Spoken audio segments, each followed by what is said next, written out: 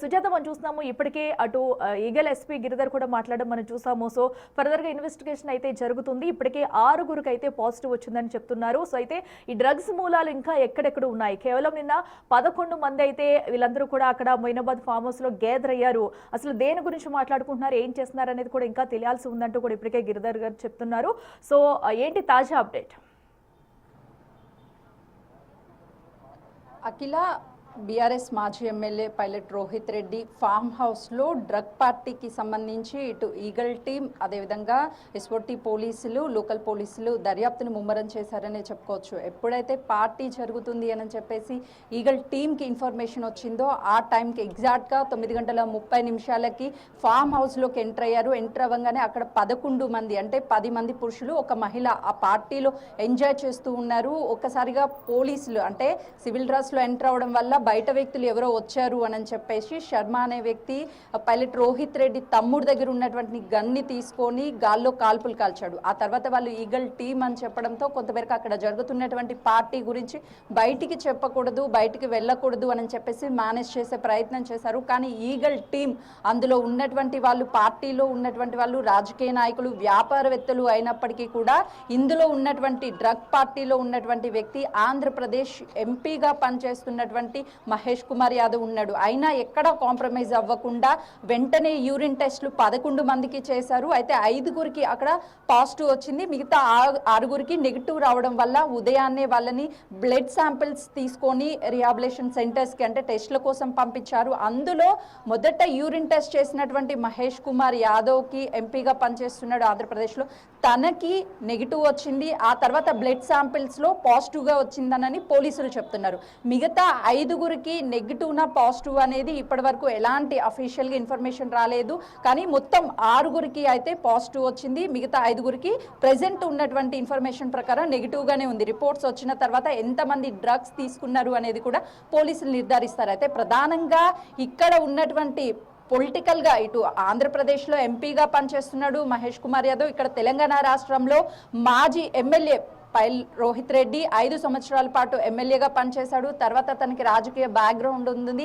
అదంతా ఉన్నటువంటి ఇద్దరు వ్యక్తులు ఇలాంటి డ్రగ్స్కి సంబంధించి తెలంగాణ రాష్ట్రంలో ఈగల్ టీం ఫైట్ చేస్తూ అసలు ఈగల్ టీం కంప్లీట్గా ఇతర రాష్ట్రాలకి వెళ్తూ కూడా ఎక్కడ డ్రగ్ అనేటువంటి పేరు వినిపించకూడదు, ఎక్కడైతే మూలాలు ఉన్నాయో వాటన్నిటి కూడా భూస్థాపితం చేస్తాము అని చెప్పేసి స్పెషల్ ఆపరేషన్స్ నిర్వహిస్తున్నారు. ఇలాంటి టైంలో బాధ్యతాయుతంగా ఉండాల్సినటువంటి అటు పైలట్ రోహిత్ రెడ్డి కావచ్చు, ఆంధ్రప్రదేశ్కి సంబంధించినటువంటి ఎంపీ కావచ్చు, అంటే బాధ్యత మరిచి ప్రజలకి మంచి చేయాల్సినటువంటి వ్యక్తులే ఇలాంటి డ్రగ్స్ వాటిని ఎంకరేజ్ చేస్తున్నారు అని అంటే ఇప్పటి వరకు కేవలం డ్రగ్ పార్టీలో పార్టిసిపేట్ చేశాడని మాత్రమే ఇప్పటి వరకు అందినటువంటి న్యూస్. కానీ ఇప్పుడు తనకి బ్లడ్ టెస్ట్ చేసినటువంటి టైంలో పాజిటివ్ వచ్చింది, డ్రగ్స్ తీసుకున్నట్లు నిర్ధారణ అయ్యింది అని చెప్పేసి పోలీసులు చెప్తుంటే అక్కడ తనని నమ్మి గెలిపించుకున్నటువంటి ప్రజలకి ఇంకా ఎలాంటి మేలు చేస్తాడు, ఏం చేయగలడు అని అనేక రాజకీయ విమర్శలు వినిపిస్తున్నాయి. ఇప్పుడు ప్రతిపక్షాల నుంచి కూడా డ్రగ్స్ పార్టీలో పార్టిసిపేట్ చేయడం కాదు, స్వయాన డ్రగ్స్ తీసుకొని దొరికిపోయినటువంటి మహేష్ కుమార్ యాదవ్ అని చెప్పేసి సో అనేక విమర్శలు కూడా వినిపిస్తూ ఉన్నాయి. కాబట్టి నెక్స్ట్ పోలీసుల టార్గెట్ అటు ఈగల్ టీం ప్రధానంగా టార్గెట్ ఈ డ్రగ్స్ని ఎక్కడైతే సిమ్లాలో కొన్నాను అని రవి చెప్తున్నాడో తనకి డ్రగ్స్ తీసుకునేటువంటి అలవాటు ఉంది కాబట్టి కొన్నారని చెప్తున్నారు. కానీ మిగతా వాళ్ళకి ఏ విధంగా సరఫరా చేస్తున్నాడు, కేవలం తను మాత్రమే వాడుకుంటున్నాడా లేకపోతే ఈ డ్రగ్స్ని ప్రసాదం పంచినట్టుగా ప్రతి ఒక్కరికి కూడా పనిచేస్తూ ఉన్నాడా అనేది కూడా అనేక అనుమానాలను వ్యక్తం చేస్తుంది. తెలంగాణ రాష్ట్రంలో ప్రత్యేకించి చేవెళ్ళ, మోయినాబాద్ అనగానే అందరికీ గుర్తొచ్చేది ఫామ్ హౌస్లు. ఈ ఫామ్ హౌస్లో మహేష్ కుమార్కి పాజిటివ్ వచ్చింది. ఆ తర్వాత అంటే ఇప్పుడు చేవెళ్ళ అదేవిధంగా ఈ మొయినాబాద్ ఫామ్ హౌస్లు అంటే అందరికీ గుర్తొచ్చేది బర్త్డే పార్టీస్ అదేవిధంగా ప్రైవేట్ పార్టీస్ జరుగుతాయి. కానీ ఈ ఘటన చూసిన తర్వాత మొయినాబాద్ అనగానే అందరికీ గుర్తొచ్చేది డ్రగ్ పార్టీలు జరుగుతాయి అని చెప్పేసి ఈగల్ టీం ఎంతగా ఫోకస్ చేసిందంటే ఎక్కడో ఉన్నటువంటి ఆ ఫామ్ హౌస్కి డ్రగ్ పార్టీ జరుగుతుంది అని చెప్పేసి వచ్చినటువంటి ఇన్ఫర్మేషన్తో వెంటనే స్పాట్లోకి వెళ్ళడం, అక్కడ రాజకీయ నాయకులు ఉన్నా కూడా ఎక్కడ తలొగ్గకుండా ఖచ్చితంగా డ్రగ్స్ తీసుకున్నటువంటి వాళ్ళు ఎవరైనా సరే, అది సొంత పార్టీ వాళ్ళైనా సరే, ఏ పార్టీ వాళ్ళైనా సరే, ప్రతిపక్షంలో ఉన్నటువంటి వాళ్ళైనా సరే, ఖచ్చితంగా వాళ్ళ మీద చర్యలు తీసుకుంటాము అని చెప్పేసి సీఎం రేవంత్ రెడ్డి ప్రకటించిన తర్వాత ఎవ్వరు ఉన్నా సరే అటు ఈగల్ టీం కూడా ఎక్కడా కాంప్రమైజ్ అవ్వడం లేదు. దానికి నిదర్శనము ఈ ఆంధ్రప్రదేశ్కి సంబంధించి ఎంపీ మహేష్ కుమార్ యాదవ్కి వచ్చినటువంటి డ్రగ్ పాజిటివ్ వచ్చినా ఎక్కడా హైడ్ చేయడం లేదు, ఎక్కడా కూడా రాలేదు అని కేసుని తారుమారు చేసే ప్రయత్నం కానీ పోలీసులు చేయడం లేదు, ఈగల్ టీం చేయడం లేదు అని అంటే ఎంత ట్రాన్స్పరెంట్గా ఉన్నారు అనేది చాలా క్లియర్గా అర్థమవుతుంది. ఇప్పటికైనా సరే ఈ డ్రగ్కి సంబంధించి రాజకీయ నాయకులు అవేర్నెస్ తీసుకురావాలి. గతంలో పిలుపునిచ్చారు. ఈ డ్రగ్కి సంబంధించి సినీ ఇండస్ట్రీలో ఉన్నటువంటి ప్రతి ఒక్కరు కూడా తమ సినిమా రిలీజ్కి ముందు కొన్ని సెకండ్స్ అయినా సరే అవేర్నెస్ వీడియో చేసి టెలికాస్ట్ చేస్తే అందరిలో ఒక అవేర్నెస్ వస్తుంది అని చెప్తున్నారు. ఫస్ట్ ఆఫ్ ఆల్ చేయాల్సింది సినిమా ఇండస్ట్రీ వాళ్ళు ఎంత అయితే వాళ్ళు దాన్ని ఛాలెంజింగ్ గా తీసుకొని వాళ్ళు యాడ్స్ రూపంలో తమ సందేశాన్ని డ్రగ్స్ వాడొద్దు అని చెప్పేసి అవేర్నెస్ కల్పించారో, ప్రతి ఒక్క రాజకీయ నాయకుడు కూడా తమ ప్రసంగం ముందు లేదు అని అంటే ఆ తర్వాత లేదు అని అంటే ఇంకెక్కడైనా ఫ్లెక్సీలు పెద్ద పెద్దవి ఏర్పాటు చేసుకుంటూ ఉంటారు. పుట్టినరోజులు, పెళ్లి రోజులు, లేకపోతే ఇంకొక సంక్షేమ పథకాల గురించి. ఇప్పటి నుంచి రాజకీయ నాయకులకి ప్రధాన బాధ్యత ఉంటుంది. సినీ ఇండస్ట్రీలో ఉన్నటువంటి హీరోలకి, హీరోయిన్స్కి, లేకపోతే సినీ ఇండస్ట్రీ మొత్తానికి కంటే కూడా ప్రజాస్వామ్యంలో ప్రజలు నమ్మి రాజకీయ నాయకుల్ని గెలిపించుకుంటే ఏదైతే రాష్ట్ర ప్రభుత్వము ఈ డ్రగ్ అనే దానితో కుటుంబాలు రోడ్డును పడిపోతున్నాయి, కుటుంబాలు అనాథలుగా మిగిలిపోతున్నారు చాలా మంది, ఇలాంటిని ప్రోత్సహించొద్దు అని చెప్పి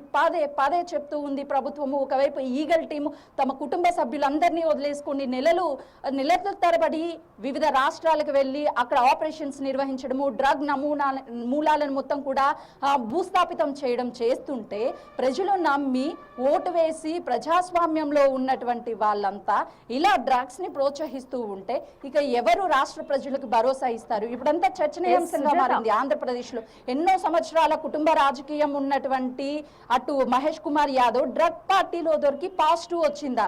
తను ఏం ప్రజాసేవ చేస్తారు? తమ కుటుంబ సభ్యులు ఏం సమాధానం రేపొద్దున ప్రజలకి చెప్తారు? మరోసారి ఓటు అడగాలంటే ఏ విధంగా అడుగుతారు అని చెప్పేసి ప్రతిపక్షాలు నిలదీస్తున్నటువంటి పరిస్థితి ఉంది. అఖిల, సుజాత, అటు మీరు చెప్పినాడు కానీ ఎందుకంటే ఇప్పటికే అటు రాజకీయ నాయకులు ప్రతి ఒక్కరు కూడా చెప్తూ ఉంటారు, కేవలం యువతే డ్రగ్స్ కి అలవాటు పడుతుంది, యువత అంతా కూడా డ్రగ్స్ ను వదిలేయాలని చెప్పుకుంటూ వస్తారు. ఇప్పుడు ఏకంగా ఇంత పెద్ద బాధ్యతాయుతంగా ఉన్న రాజకీయ నాయకులే డ్రగ్స్ పాజిటివ్ గా వచ్చిందంటే సో అటు ఇటు తెలంగాణతో పాటు అటు ఏపీలో కూడా ఈ ఎఫెక్ట్ అనేది భారీగా ఉండనుందని చెప్పాలి. మరి ఇప్పుడు ఏంటి, ఏపీలో కూడా రాజకీయాల్లో ఈ డ్రగ్స్ ఎఫెక్ట్ అనేది ప్రకంపనలు సృష్టించబోతుంది అనుకోవచ్చా? అక్కడ సిచ్యువేషన్ ఎలా ఉండబోతుంది అనుకోవచ్చు?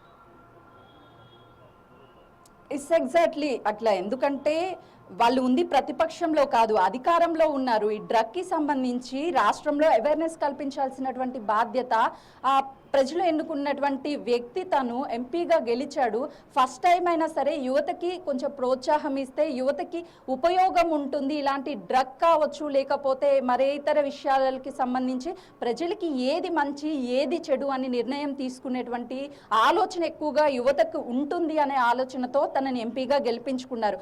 మొదటి టైం అయినప్పటికీ తన మీద నమ్మకంతో గెలిపించుకున్నారు. కానీ ఈరోజు తనే డ్రగ్ పార్టీలో పార్టిసిపేట్ చేశాడు అని అంటేనే ప్రజలు అనేక విధాలుగా చర్చిస్తున్నారు, ఇలాంటి అతన్ని మేము గెలిపించుకున్నామా అని. ఇప్పుడు ఏకంగా తనకి డ్రగ్ పాజిటివ్ వచ్చింది అని అంటే రేపొద్దున తను మళ్ళీ పోటీ చేయాలన్నా లేదంటే ప్రజలకి సేవ చేయాలన్నా ఏ నమ్మకంతో ప్రజల్లోకి వెళ్తాడు? ఏమని ప్రజలు అడిగేటువంటి, ప్రజలకి ఖచ్చితంగా తనని అడిగేటువంటి హక్కు ఉంటుంది. ఎందుకంటే వాళ్ళు గెలిపించుకున్నటువంటి వ్యక్తి కాబట్టి. సో వాళ్ళ కుటుంబ నేపథ్యం కూడా ఎన్నో సంవత్సరాల నుంచి రాజకీయ నేపథ్యం ఉన్నటువంటి కుటుంబం. సుధాకర్ వాళ్ళ నాన్న కావచ్చు, అదేవిధంగా వాళ్ళ కుటుంబ సభ్యులు, ఇటు తలసాని శ్రీనివాస్ యాదవ్ మంత్రిగా పనిచేశాడు, మామ అవుతాడు. అక్కడ చూస్తే చాలా వరకు తనకున్నటువంటి రాజకీయ నేపథ్యం మొత్తం చాలా పెద్దది. అక్కడ ఎంతో కొంత వాళ్ళ కుటుంబం మీద ఒక మంచి ఒపీనియన్ ఉంది. కానీ ఈరోజు తను డ్రగ్ పార్టీలో డ్రగ్స్ తీసుకుంటూ తనకి పాజిటివ్ వచ్చింది అని తెలియడంతో ఎవరికి ఎలాంటి సమాధానం చెప్తాడో అనేది అర్థం కావడం లేదు. ఖచ్చితంగా తెలంగాణ రాష్ట్రంలో డ్రగ్కి సంబంధించి ఎంతైతే కట్టడి చేస్తున్నారో ఆంధ్రప్రదేశ్లో ఎక్కడో ఉన్నటువంటి వ్యక్తి చాలా హుందాగా ఇక్కడ ఏదో మీటింగ్ ఉందని చెప్పేసి ఇక్కడికి వచ్చి ఆ తర్వాత తను ఆ డ్రగ్ని తీసుకున్నాడు అని అంటే అంటే తెలంగాణ రాష్ట్రంలో ఈగల్ టీమ్ రైడ్ చేస్తుంది, పట్టుబడతామేమో, లేదంటే నేను ఒక ఎంపీ హోదాలో ఉన్నాను, నేను డ్రగ్ తీసుకోవడం తప్పు, అక్కడ అధికారంలో ఉన్నాము, రేపు నాకు గెలిపించుకున్నటువంటి వాళ్ళు ప్రజలు నన్ను అడిగితే ఎలాంటి సమాధానం చెప్పాలి, ఇలాంటి ఆలోచనలు ఏమీ రాలేదు అని అంటే కేవలము ఆ టైంలో నేను డ్రగ్ని తీసుకున్నాను, ఎంజాయ్ చేశాను, అది మాత్రమే ఆలోచించి ఉంటాడు. ఖచ్చితంగా ప్రజల క్షేమం కోసం ప్రజల గురించి ఆలోచించి ఉంటే ఈ నిర్ణయం అనేది ఖచ్చితంగా తీసుకునేవాడు కాదు. ఈ పార్టీ జరుగుతుంటే ఖచ్చితంగా తానే అడ్డుకునేవాడు, ఇది తప్పు అనని చెప్పి ఉండేవాడు. కానీ ఇలాంటివి ఏవి చేయడం లేదు అని అంటే ఖచ్చితంగా తనకి ఇంతకు ముందు ఏమైనా ఇలాంటి అలవాట్లు ఉన్నాయా, లేదంటే ఫస్ట్ టైం ఏమన్నా ఈ పార్టీలో పార్టిసిపేట్ చేసి సరదాగా ఏమన్నా డ్రగ్ తీసుకున్నాడా? ఒకవైపు చెప్తున్నారు కదా, తమ ప్రభుత్వాలే చెప్తున్నాయి, ఇక్కడ ప్రభుత్వం చెప్తుంది, అక్కడ ప్రభుత్వాలు చెప్తున్నాయి, యువత మీరు డ్రగ్స్ తీసుకోకండి, డ్రగ్స్కి బానిసలు అవ్వకండి, మీ కుటుంబాలని రోడ్డు పాలు చేయకండి అని చెప్పేసి. కానీ చెప్పాల్సినటువంటి స్థాయిలో ఉండి ఆ పొజిషన్లో ఉన్నటువంటి మహేష్ కుమార్ యాదవ్ ఎంపీ అతని డ్రగ్ తీసుకొని పట్టుబడ్డాడంటే రేపు ప్రజలకు ఎలాంటి సమాధానం చెప్తాడు, ఏం సమాధానం చెప్తాడు? ఇక్కడ తెలంగాణ రాష్ట్రంలో అసలు డ్రగ్స్ ఉండొద్దు అని చెప్పేసి ఇలా చేస్తుంటే బీఆర్ఎస్ ప్రభుత్వంలో ఎమ్మెల్యేగా చేశాడు పైలట్ రోహిత్ రెడ్డి, తాను ఎన్నో వివాదాలకు కేర్ ఆఫ్ అడ్రస్ గా మారాడు. గతంలో ఎమ్మెల్యే కొనుగోలు వివాదం జరిగింది, ఆ తర్వాత లోకల్ ఎలక్షన్స్ అప్పుడు హడావుడి హంగామా వీరంగం సృష్టించాడు, పోలీసులకి దొరకలేదు అని చెప్పేసి. ఇప్పుడు ఈగల్ టీం మరి ఎంత నిఘా ఉంచి ఉంటే రోహిత్ రెడ్డిని పట్టుబట్టుకుంటుంది, రోహిత్ రెడ్డి డ్రగ్స్ తీసుకోవడము, ఆ డ్రగ్ పార్టీని భగ్నం చేయడం, ఇవన్నీ చేశారు అంటే నిజంగా ఈగల్ టీంకి హ్యాట్స్ ఆఫ్ చెప్పాలి. ఇలా కంటిన్యూగాని రైడ్స్ చేసి ఈగల్ టీము నిఘా పెడితే తెలంగాణ రాష్ట్రాన్ని ఖచ్చితంగా డ్రగ్స్ రహిత రాష్ట్రంగా తీర్చిదిద్దుతారు అన్న దాంట్లో ఏమాత్రం కూడా సందేహం లేదు. ఇప్పటికే డ్రగ్స్ అనేది చాలా రేర్ కేసెస్లో, ఇప్పుడు ఎయిర్పోర్ట్లోనో లేకపోతే చెక్ పోస్ట్లోనో మాత్రమే ఇలాంటివి డ్రగ్స్ పట్టుబడ్డాయని చెప్తున్నారు. కానీ ఇలాంటి ఫామ్ హౌస్లో కూడా దొరకకుండా, అసలు పార్టీలు జరగకుండా ఉండాలి అని అంటే ఇలాంటి వాళ్ళందరినీ కూడా శిక్షించాలి అని చెప్పి కూడా కామన్ పబ్లిక్ నుంచి వస్తున్నటువంటి comments. Right Sujatha, thank you. So చూస్తున్నాం కదా, ఏదైతే రాజకీయ నాయకులే ఇప్పుడు నేరుగా డ్రగ్స్ తీసుకుని పాజిటివ్ రావడం అనేది రెండు తెలుగు రాష్ట్రాల్లో కూడా సంచలనంగా మారిందని చెప్పాలి. ఏదైతే అటు ప్రజలకు డ్రగ్స్ తీసుకోవద్దంటూ ఇన్ని సూచనలు చేసిన నాయకులు ఏకంగా ఇప్పుడు వారి డ్రగ్స్ సేవించి పార్టీలో పాల్గొని ఇప్పుడు పాజిటివ్ రావడంతో కూడా తెలుగు రాష్ట్రాల్లో సంచలనంగా మారింది. ఇప్పటికే అటు ఈగల్ టీం కూడా ఇంకా ఫర్దర్గా ఇన్వెస్టిగేషన్ జరుగుతుంది. మరి చూడాలి ఎలాంటి విషయాలు ఇంకా బయటకు వస్తాయనేది కూడా.